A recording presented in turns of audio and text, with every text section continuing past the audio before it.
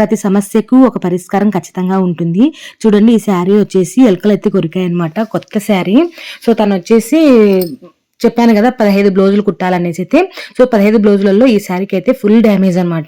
So తను చెప్పింది అక్క తీసుకొచ్చినప్పుడు, సో ఈ శారీకి అయితే హోల్ అయితే పడింది, చూసుకొని కుట్టమ్మా అనేసి అయితే చెప్పింది.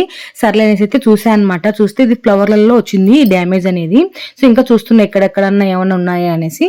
చూస్తే అదొక చోటనే ఉందనమాట డ్యామేజ్. సో అలాగా మనకి ఇక్కడ శారీ అనేది నేను బ్లౌజ్ అనేది ఎలాగో స్టిచ్చింగ్ అయితే చేయాలి. బట్ ఏంటంటే శారీకి బ్లౌజ్ అనేది అటాచ్మెంట్ అయితే రాలేదనమాట. సో శారీలో క్రాస్లు అనేవి ఉంటాయి కదా, మనం కొంగు కుట్టేటప్పుడు మనం కొంచెం క్లాత్ అనేది క్రాస్ లో తీస్తాం కదా, అలా క్రాస్ తీస్తే నాకు ఈ క్లాత్ అయితే వచ్చింది. సో ఇట్లా క్లాత్ వచ్చింటే ఇక్కడ ఫ్లవర్స్ దగ్గరే అనమాట. సో ఫ్లవర్స్ దగ్గర ఈ అంచు అయితే సరిపోతుంది అనేసి ఈ అంచు అయితే వేస్తున్నాను. లేదంటే ప్లేన్ వచ్చిన చోట అయితే ఇంకా ప్లేన్ క్లాత్ వేసేద్దును. హోల్ ఉన్న ప్లేస్ లో ఇక్కడ క్లాత్ అనేది ఇట్లా ఇది అందులో పీసులు వేస్తుంది అనమాట క్లాత్.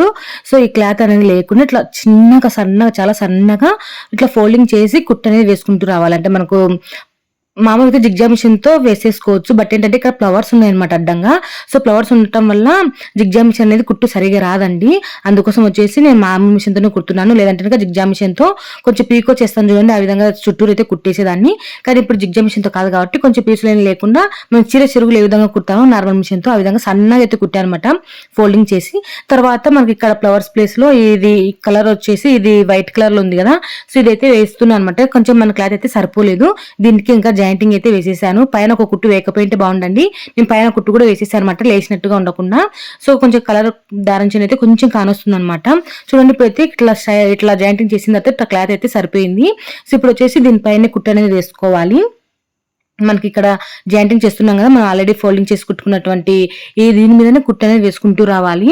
సో ఇది ఏంటంటే బాగా పల్చాటి క్లాత్ కాబట్టి మనకు బాగా బయటికి అయితే కనిపిస్తుంది అనమాట. కానీ ఇది కొంగులో వచ్చింది డ్యామేజ్ అనేది.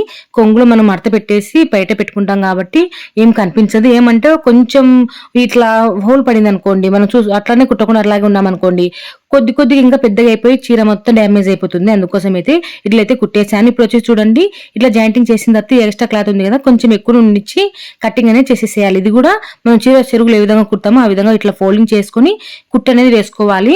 మామూలుగా అయితే ఇది కూడా పీస్ వేసే క్లాతే కాబట్టి ఇట్లా పీస్ లేకుండా ఇట్లా ఫోల్డింగ్ చేసి కుట్టయితే వేస్తున్నాను. అదే జిగ్జా మిషన్ అయితే ఇంకా బాగా వచ్చేదండి, ఒక ఫ్లవర్ మాదిరి కూడా కుట్టేసుకోవచ్చు. కానీ ఇక్కడ ఫ్లవర్ మీదనే వచ్చింది కాబట్టి డ్యామేజ్, కుట్టు అనేది సరిగా రాదండి మిషన్ జిగ్జా మిషన్ కి.